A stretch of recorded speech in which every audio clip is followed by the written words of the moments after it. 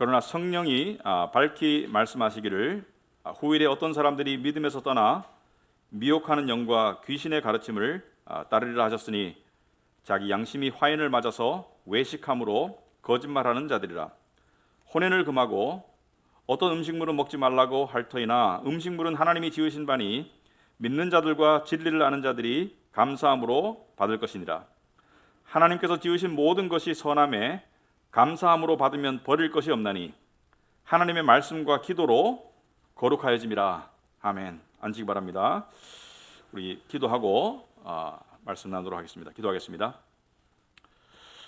하나님 아버지, 우리 좀 전에 우리 조영철 성도님이 기도했듯이 저희들은 세상을 살면서 때로는 암담하고 또 때로는 지치고 또 때로는 좌절감을 느낍니다. 특별히 자신에 대한 실망을 느낄 때도 있습니다. 하지만 하나님께서는 진리의 말씀을 통해서 우리를 늘 소생시켜 주시는 그러한 은혜의 하나님이고 능력의 하나님이시고 살아계신 하나님이신 것을 믿습니다.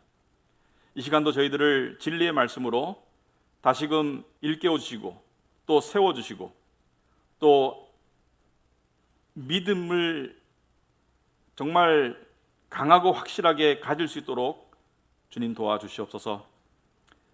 믿음은 들음에서 난다고 했습니다.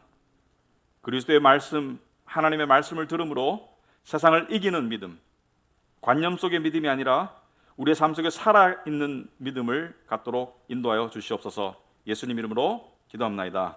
아멘.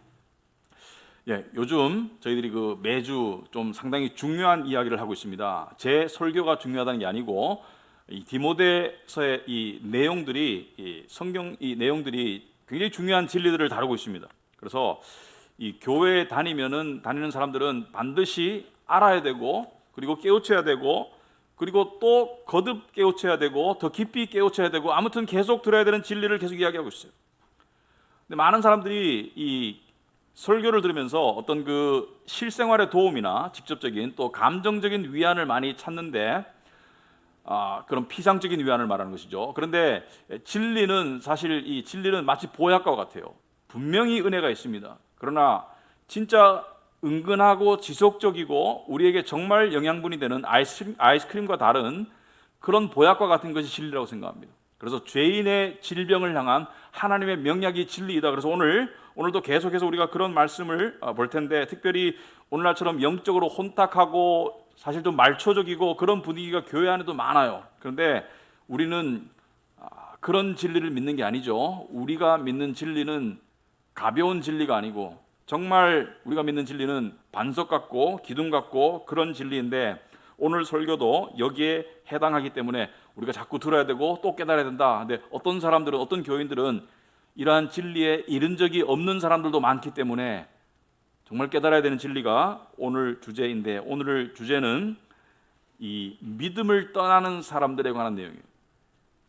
오늘 설교 보면은 제목을 보면은 믿음에서 떠나는 일들은 어떻게 일어나나 이게 오늘 설교의 제목입니다. 믿음을 떠나는 일에 관한 이야기다. 자, 사도 바울은 이제 죽을 날이 얼마 안 남았어요. 이제 순교를 통해서 죽음을 맞이하는데 이 죽음을 얼마 앞두지 않은 사도 바울이 앞으로 창창한 많은 세월을 살아가야 될 젊은 디모데에게 이 전하는 여러 가지 이야기를 하고 있는데 오늘 1절에 보시면은 그러나 이렇게 얘기하죠. 그러나 왜 그러나냐?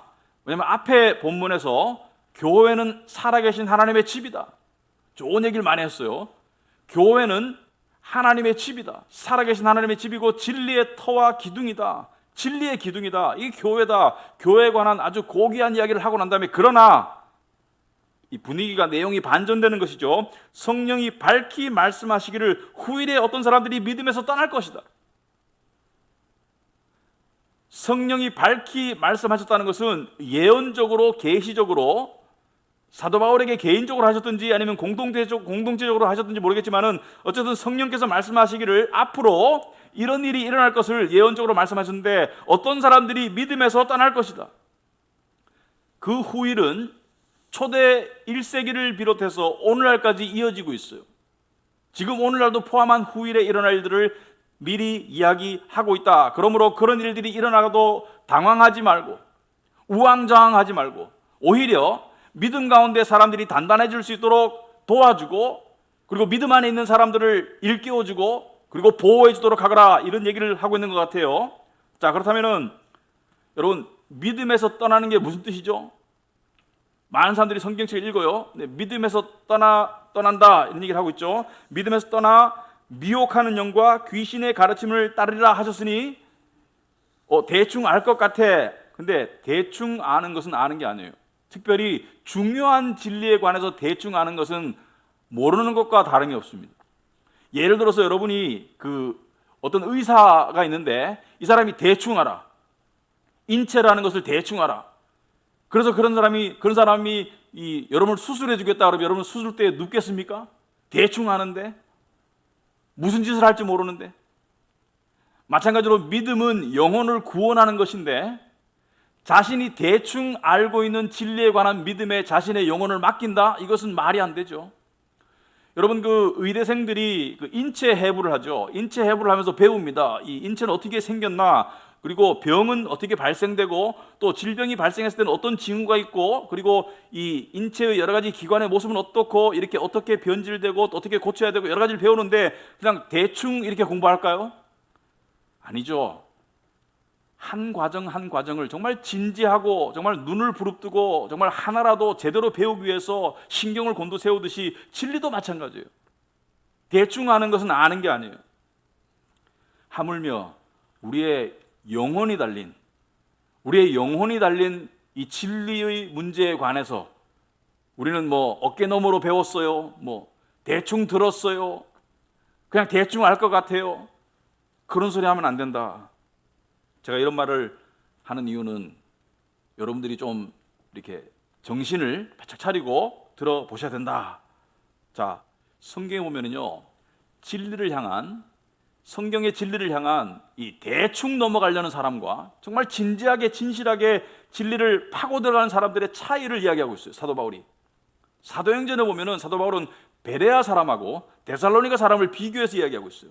근데 베레아 사람과 데살로니가 사람들이 진리를 향한 태도가 완전히 달라요. 그래서 여러분 주보에 나와 있지만 사도행전 17장에 보시면 11절에 베레아에 있는 사람들은 사도 바울이 목격하고 이 경험하기를, 베레아 사람들은 데살로니가에 있는 사람들보다 더 너그러워서 간절한 마음으로 말씀을 받고 이것이 그러한가요? 날마다 성경을 상고하더라. 자, 여기서 베레아 사람들이 데살로니가 사람보다 더 너그럽다는 것은 더 많이 베푼다 이런 뜻이 아니고, 이 번역이 좀 잘못됐습니다. 좀 오류가 있는데, 원어상의 의미는 이 영어로 써놨죠. noble minded. 그러니까 노블하다는 것은 고귀한 마음을 가졌다. 고귀하다는 것은 이 소중하고 고귀한 진리를 향해서 그의 합당한 마음 자세를 가졌다. 사람이 고귀하다는 것은 그 인품이나 마음의 태도가 남다르게 돋보이는 것을 말하죠. 좀 더 구체적으로 말하자면은 겸손하게 자신을 낮추고 진실한 마음으로 진리를 대했다, 이런 뜻입니다. 그래서 어떻게 했느냐?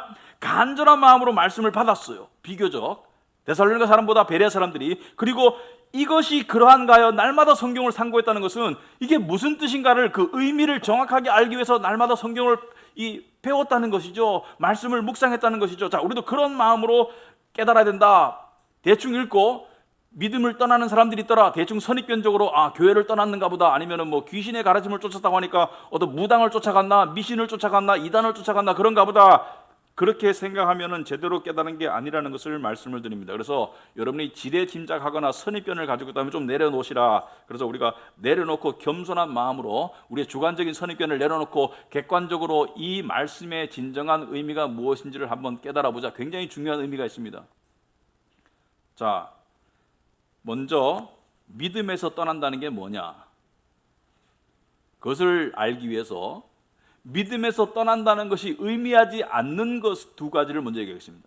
여기서 믿음에서 떠난다고 해서 의미하지 않는 것이 있다. 첫 번째, 믿음에서 떠났다고 해서 소위 말해서 십자가 달린 교회 건물, 교회를 떠나서 신앙생활을 그만두었다는 것을 의미하는 것이 아닙니다. 물론 교회를 그만두는 것도 믿음에서 떠나는 게 맞아요.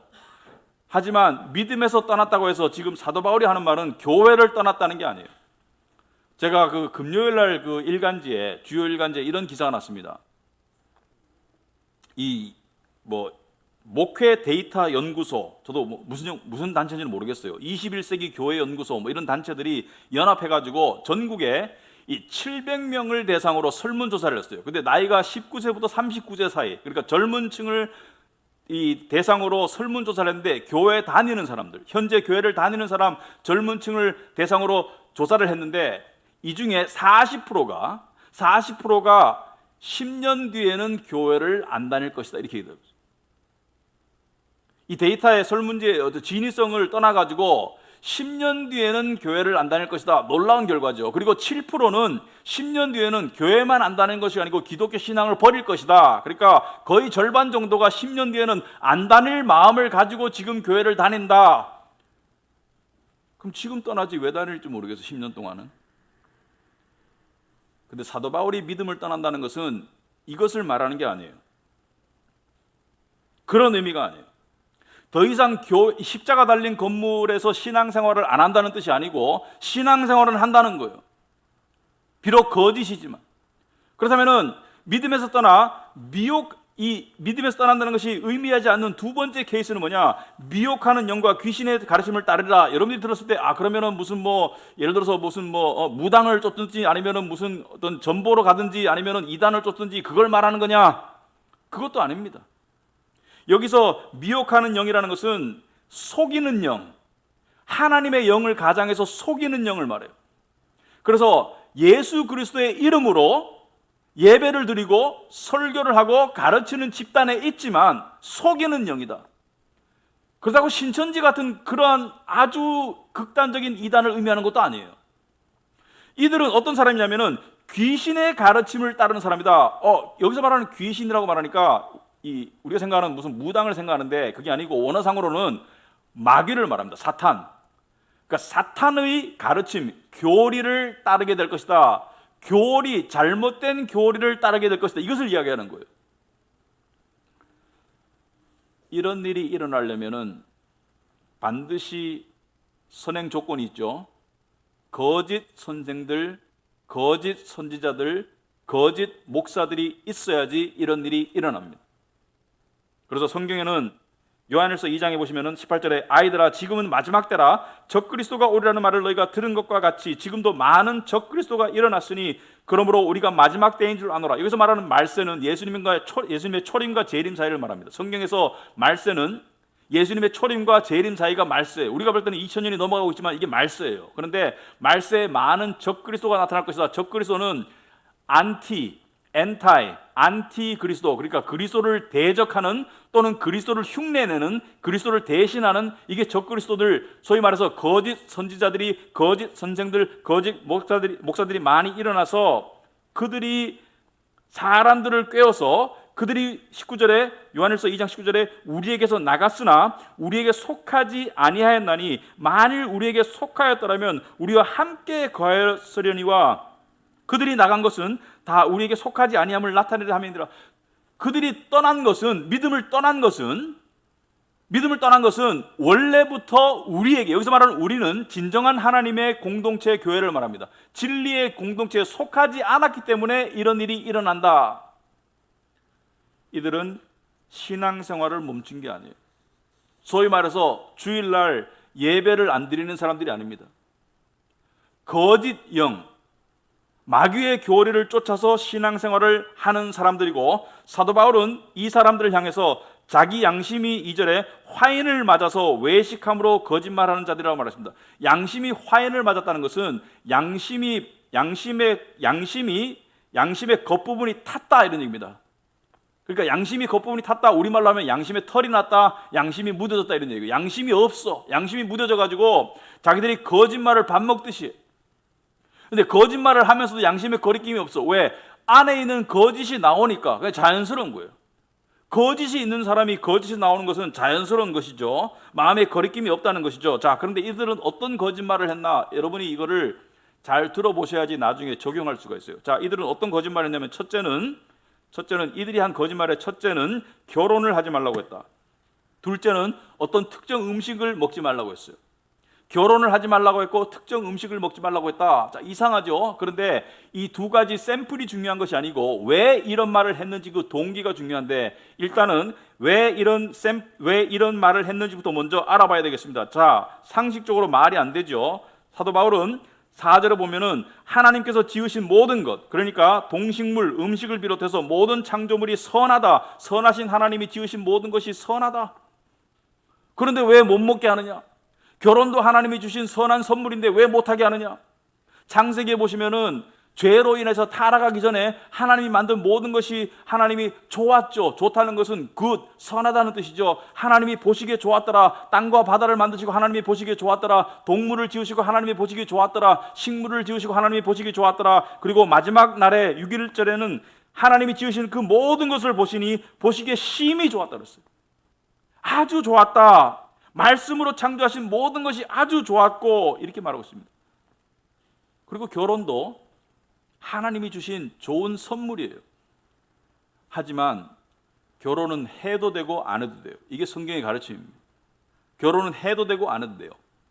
사도 바울은 결혼장애라고 알려져 있는 고린도서 7장에서 결혼하는 자도 잘하거니와 결혼하지 않는 자는 더 잘하는 것이다. 그래서 이 결혼해도 좋지만 결혼 안 해도 좋다, 오히려 더 좋을 수도 있다, 이렇게 말하고 있어요. 그런데 왜 이 거짓 선지자들, 마귀의 영에 따라 거짓 교리를 전파하는 자들은 결혼을 금했고 특정 음식물을 못 먹겠는가? 그 이유가 중요합니다.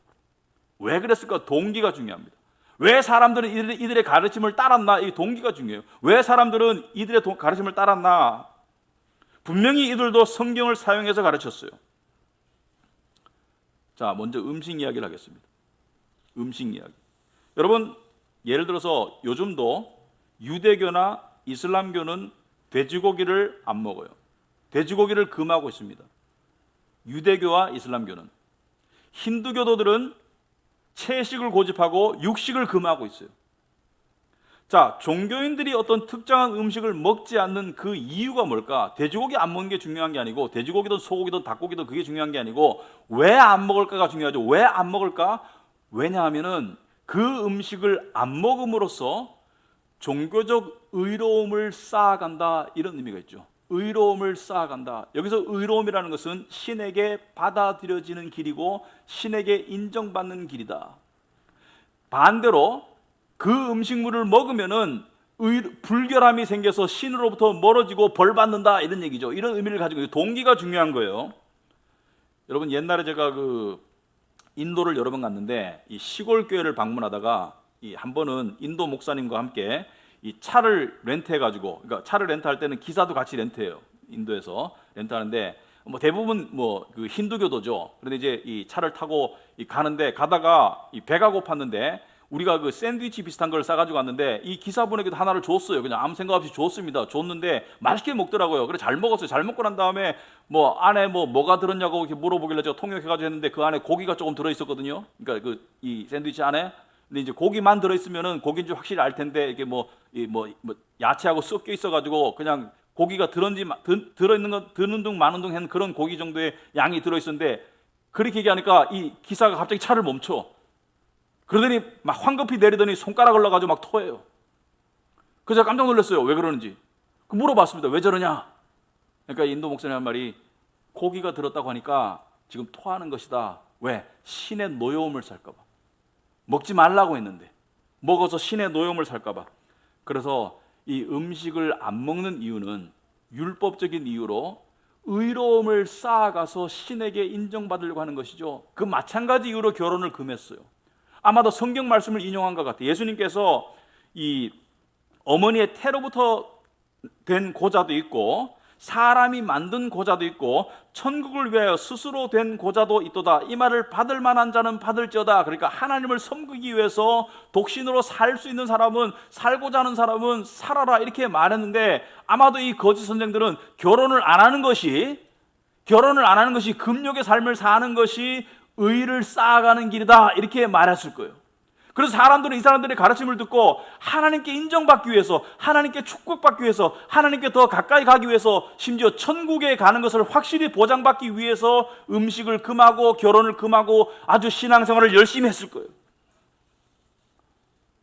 그런데 사도 바울은 이게 믿음을 떠나는 길이다. 이게 믿음을 떠나는 길이다. 인간에게는 종교성이 있습니다. 율법적인 성향이 있어요. 왜냐하면 우리의 삶이 그래요. 여러분, 우리의 삶은 내가 노력해서 인정받지 그냥 인정이 주어지지 않습니다.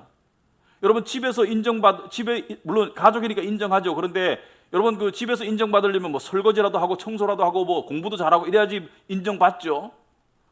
남편과 아내도 서로 사랑하지만은 어떤 조건에 맞아야 인정이 되죠. 직장은 어떻습니까? 직장에는 인정의 조건이 있죠. 여러분, 직업에 뭐 인정의 굴레에서 벗어난 시스템이 없습니다, 이 사회는. 그러니까 사람들은 인정에 목말라 있어요. 특히 부모의 인정에 목말라 있고 또 세상의 인정에 목말라 있어요. 그런데 이 율법주의는 인간의 행위를 바탕으로 의의를 쌓아서 하나님의 인정을 받는 길이기 때문에 사람들이 받아들이기 너무나 자연스러워. 왜? 사람의 본능이 율법주의이기 때문에. 이 거짓 선생들이 그러한 사람의 본능을 자극해서 그래, 하나님께 인정받는 길을 가르쳐 줄게 그러면서 결혼 안 하면은 인정받는 거야. 그리고 어떤 음식물을 안 먹으면 인정받는 거야. 이렇게 얘기하면서 사람들을 어떻게 했어요? 믿음에서 떠나게 했다. 자기들을 추종하게 했다. 그래서 마귀의 가르침이 거짓 가르침으로부터 복음에서 벗어나게 했다. 자, 그런데 오늘날은 뭐 결혼을 금한다든지 이런 뭐 음식물을 먹지 못하게 하는 일은 교회 안에서 일어나지 않고 있지만은 그 비슷한 동기의 일이 역사적으로 무수하게 일어나고 있습니다. 예를 들어 보겠습니다. 전통적으로 교인들은 술, 담배 안 하면 의를 인정받는다고 생각해요. 나는 술, 담배 안 하는 사람이야.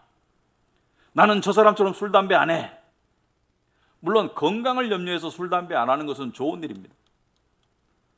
한편으로는 성경은 술에 임박히지 않아야 된다. 집사의 자격도 술에 임박해서는 안 된다. 경건한 여인도 술에 임박해서는 안 된다. 술에 쩔어서는 안 된다. 술을 금하지 않았어요.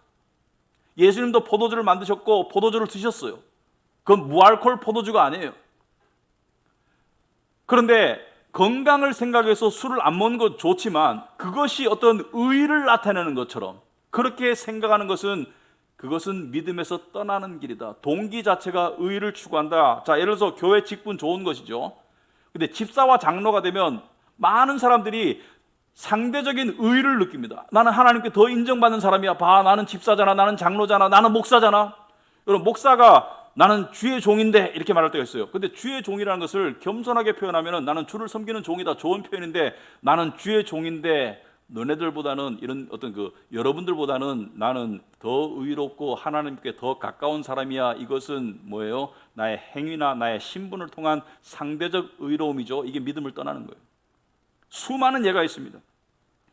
새벽 제단을 매일 쌓는다. 나는 새벽 제단을 매일 쌓는 사람이야. 그러므로 나는 하나님께 더 가까이 나아가는 사람이야. 하나님이 더 나를 이뻐하셔. 나는 새벽 제단을 쌓기 때문에 새벽 기도 나가는 건 좋은 거예요. 하나님께 기도하는 건 좋은 거예요. 하지만 이것이 상대적 의로 작용하면, 의를 쌓는 걸로 작용하면 이것이 믿음을 떠나는 거예요. 그 동기가 중요한 거예요. 또 많은 경우 사회적 인정과 하나님께 인정을 동일시하는 경우가 많아.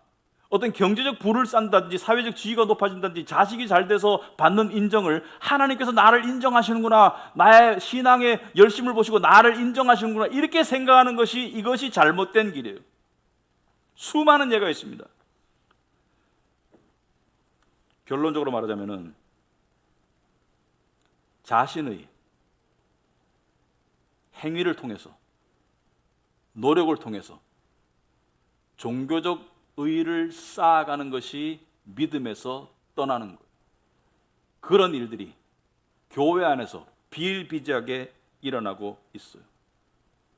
아주 극단적으로는 제7일 안식교는 토요일 예배 드려야지 하나님께 인정받고 천국 갈 수 있어요. 또 불행하게도 많은 경우 목사의 인정을, 목사를 향한 충성을 통한 인정을 하나님의 인정과 동일시하는 분위기가 만들어져요. 그것이 믿음을 떠나는 길입니다. 사람이 보기에는 충성스러운데, 열정적인데, 어떤 교회는 목사가 아 소리만 내도 아멘이 바로 나와. 그런 거 하지 마세요. 아멘 하고 싶을 때는 아멘 하시는데, 해야 될 때는 하시는데, 그것이 하나님을 믿는 믿음에서 떠나는 길이에요. 그러면 믿음은 뭐냐 그러면은, 믿음이 뭔지를 알아야지 떠나는 게 뭔지 알죠, 그죠? 예를 들어서 내가 정착지가 있어야지 떠난다는 개념이 있죠. 나 떠났어. 어디를 떠났는데? 믿음을 떠나서. 믿음이 뭔데? 믿음을 알아야 될 거 아니에요. 믿음이 뭡니까 여러분? 여러분 아주 중요한 얘기를 하고 있죠. 고린도후서 13장 이런 말씀이 있습니다. 너희는 믿음 안에 있는가 너희 자신을 시험하고 너희 자신을 확증하라. 예수 그리스도께서 너희 안에 계신 줄을 스스로 너희가 알지 못하느냐. 너희는 믿음 안에 있는가 너희 자신을 시험해라. 영어로 test yourselves, 테스트 해봐라. 너희 자신이 믿음 안에 있는지 테스트 해보라는 것은 진정한 성도도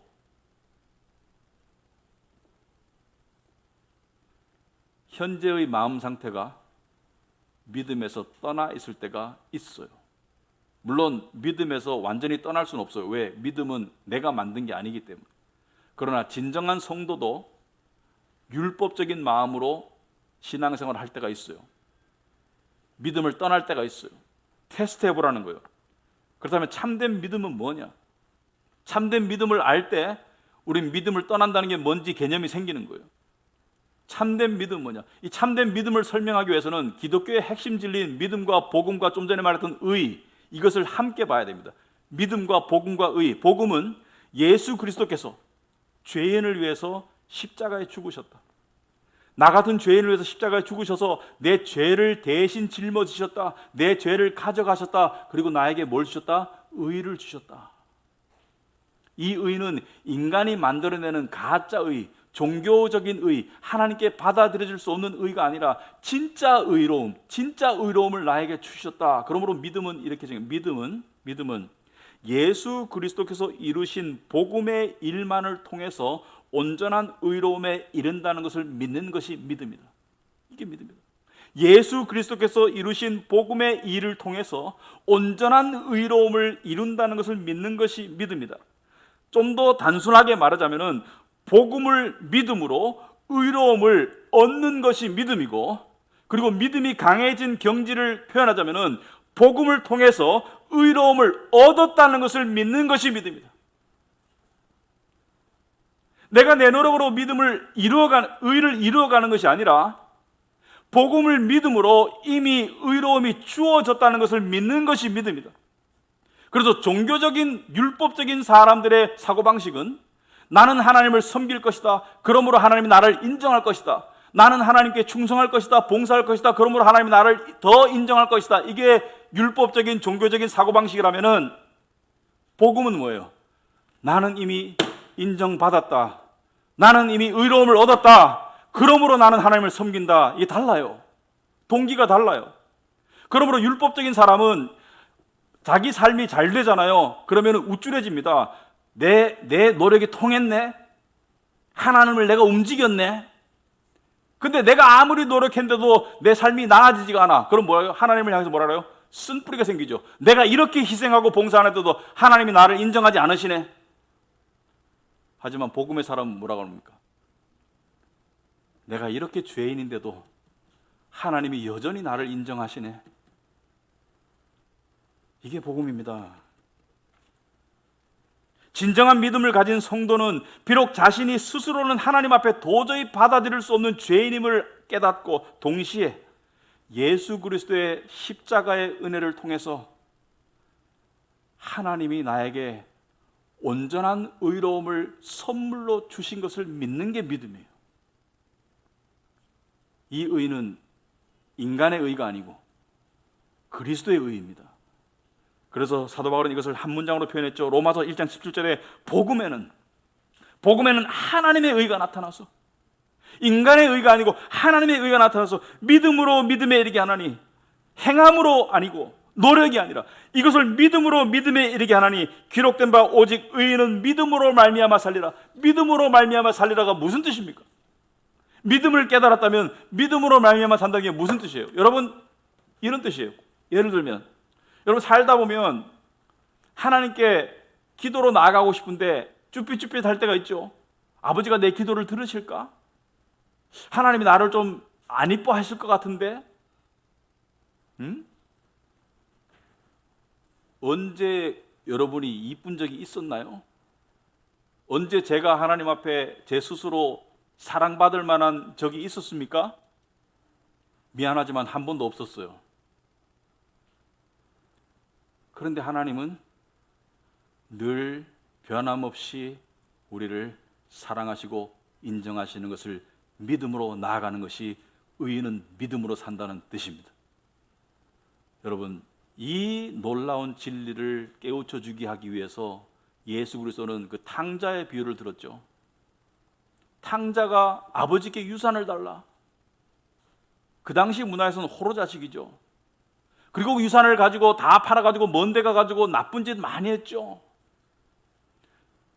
그리고 굶어 죽을까봐 집에 돌아왔죠. 탕자는 돌아와가지고 깜짝 놀랐어요. 아버지가 자기를 아들 안 받아주고 막 때리고 쫓아낼 줄 알았는데 아버지가 아들을 와락 껴안고 입 맞추고 옷을 입히고 가락지를 끼우고 신발을 신기고 아들로 다시 받아주고 잔치를 베풀고 기뻐하는 모습 속에서 아버지의 사랑을 난생 처음으로 깨달아가지고 눈이 휘두른거렸어요. 그런데 이 아들의 체험은 달라졌지만 이 아들을 향한 아버지의 사랑은 유산을 달라고 했을 때나 멀리 가서 탕진했을 때나 돌아왔을 때나 동일합니다. 아들을 사랑했기 때문에 뻔히 알면서도 유산을 줬고, 아들을 사랑했기 때문에 아들이 먼 곳에 가서 탕진하고 고생하고 있을 때 아들을 기다렸기 때문에 아들이 털럭털럭 오는 것을 먼저 알아봤고, 아들을 사랑했기 때문에 아들이 돌아왔을 때 아들을 향해서 달려간 거예요. 여러분, 이 예수님의 비유가 의미하는 게 뭡니까? 하나님의 절대적인 사랑과 인정의 온도는 우리의 상태와 관계없이 전혀 변함이 없다. 이게 복음입니다. 우리의 하나님의 사랑을 향한 우리의 체험은 달라져요. 어떤 때는 하나님이 멀게 느껴지고 가까워 느껴지고, 그건 내 때문이지, 내 상황 때문이지, 내 어떤 마음의 상태 때문이지, 하나님의 나를 향한 하나님의 사랑과 여러분을 향한 하나님의 사랑과 인정의 절대 온도는 절대로 변하지 않는다. 이것은 정말 놀라운 진리예요. 여러분, 이것을 매일매일 깨달아가는 거예요. 이게 정말 평생 깨달아도 못 깨닫는 거예요. 여러분, 이것은 무엇을 의미합니까? 하나님이 여러분을 더 사랑해 할 수 있나 없나? 탕자가 돌아와서 아버지가 더 사랑했습니까? 아니죠. 아버지의 사랑을 깨달았을 뿐이지 아버지의 사랑은 동일해요. 하나님의 사랑이 무한한데 어떻게 더 사랑하게 할 수 있나? 자기 아들을 아끼지 아니하시고 내어주신 그 사랑을 어떻게 더하게 할 수 있나? 그 아들이 다 한데. 반대로 더 놀라운 사실은 하나님이 여러분과 저를 덜 사랑해 할 수 있나? 우리가 하나님을 불순종하고 세상과 가까워지고 그러면 하나님의 사랑을 덜 느끼겠죠.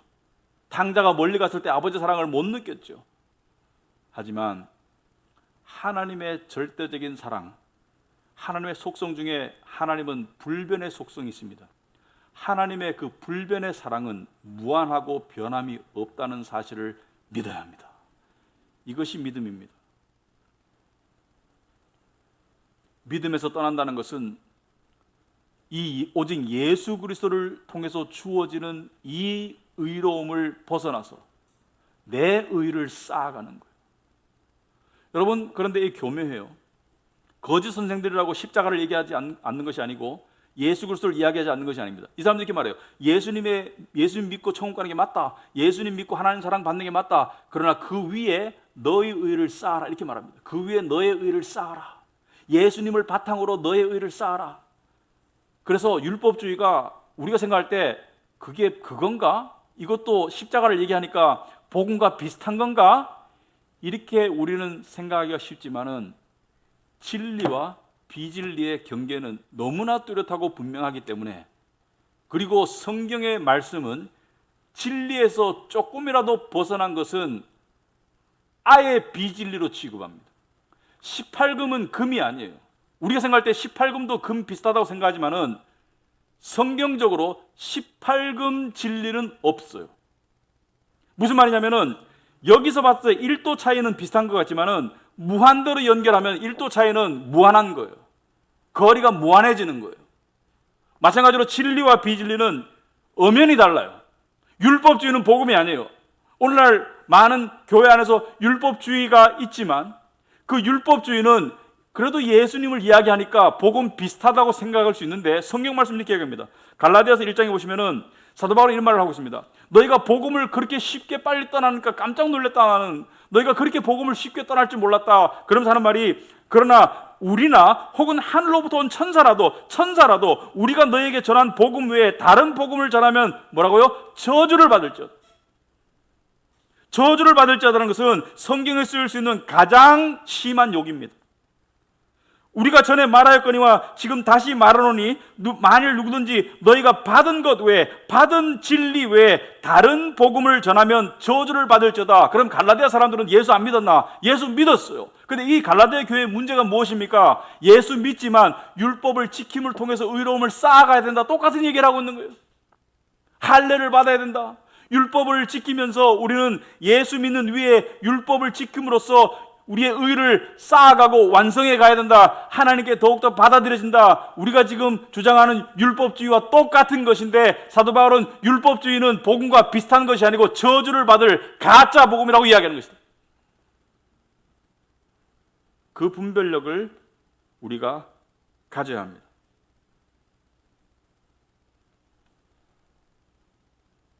진정한 믿음은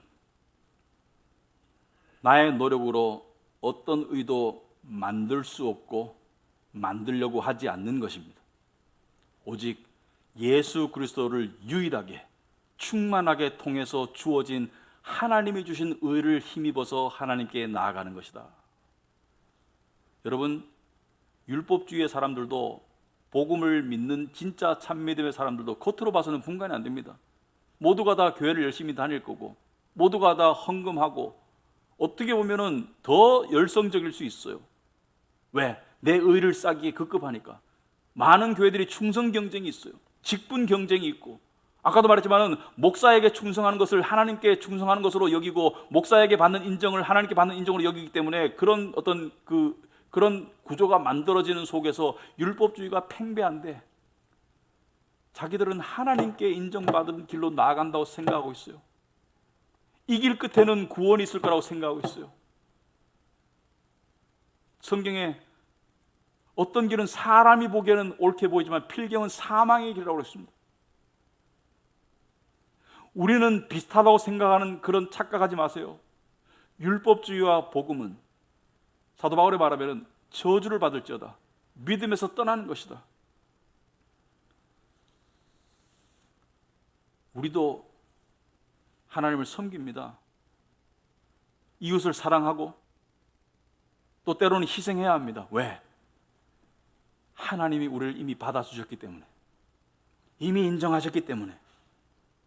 그리고 놀라운 것은 우리를 향한 하나님의 사랑과 인정은 절대 불변입니다. 이걸 생각하면요, 여러분 이런 생각이 들 때 있어요. 저도 내가 목사 맞나? 나 같은 사람이 목사해도 되나? 근데 목사합니다. 왜? 하나님이 나를 받아주셨기 때문에. 여러분도 마찬가지예요. 여러분도 마찬가지예요. 한번 받아들인 자녀를 절대로 버리지 않으시는 것이 하나님의 인정이고, 세상의 인정은 한번 주어졌더라도 노력해서 유지해야 돼요. 그 인정 받았으면 노력해서 유지해야 돼요. 1등 자리를 지켜야 돼. 그 직장을 지켜야 돼. 그 신분을 지켜야 돼. 하지만 하나님의 인정은 처음부터 우리의 노력과 관계없이 주어졌고 그 인정은 절대로 변하거나 빼앗기지 않습니다. 쉬세요. 쉼을 얻을 것이다. 쉬세요. 그리고 세상의 인정 때문에 두렵고 불안하고 우울해질 때 하나님께 받은 인정을 생각해봐라. 세상의 인정은 껍데기를 향한 인정이죠. 우리의 외모나 능력을 향한 인정이지만 하나님은 우리의 존재를 향한 인정입니다. 우리가 팔다리가 잘리든 뭐 능력이 없든 어떤 상황에서도 우리를 인정하신다. 여러분, 세상에서 인정이 안 줘줄 때 우리는 나락으로 떨어져요. 세상에서 인정이 안 줄 때 우리는 바닥을 칩니다. 그런데 그 바닥을 한번 쳐봐야 돼요. 그 바닥에 하나님의 인정이 바위처럼 든든하게 버티고 있음을 알아야 한다. 그래서 고난이 주어질 때도 있다. 정리하겠습니다. 믿음이 뭔가요? 새벽 3시에 여러분이 곤히 잠들었는데 여러분을 누가 깨워서 믿음이 뭐예요? 라고 물으면 믿음은 오직 예수 그리스도의 복음을 통해서 하나님께서 주신 의로움을 믿는 것이 믿음입니다. 믿음을 통해서 하나님의 의로운 자녀가 되는 것이 믿음입니다. 이렇게 답할 줄 알아야 한다. 그게 신앙이다. 그것이 여러분으로 하여금 이 예배 자리로 나오고 싶게 만들 거고, 하나님께 감사하고 싶도록 만들 거고, 하나님을 찬송하고 싶도록 만들 거고, 내 죄를 더 깨닫고 내 부족함을 더 깨달을수록 나 같은 죄인 살리신 하나님의 은혜에 눈물이 날 거고 가슴이 울렁거릴 겁니다. 그리고 그 믿음이 세상을 이기게 할 것입니다. 온 천하보다 더 소중한 하나님의 인정과 의를 얻었으니 세상을 이기게 할 줄 믿습니다. 기도하겠습니다.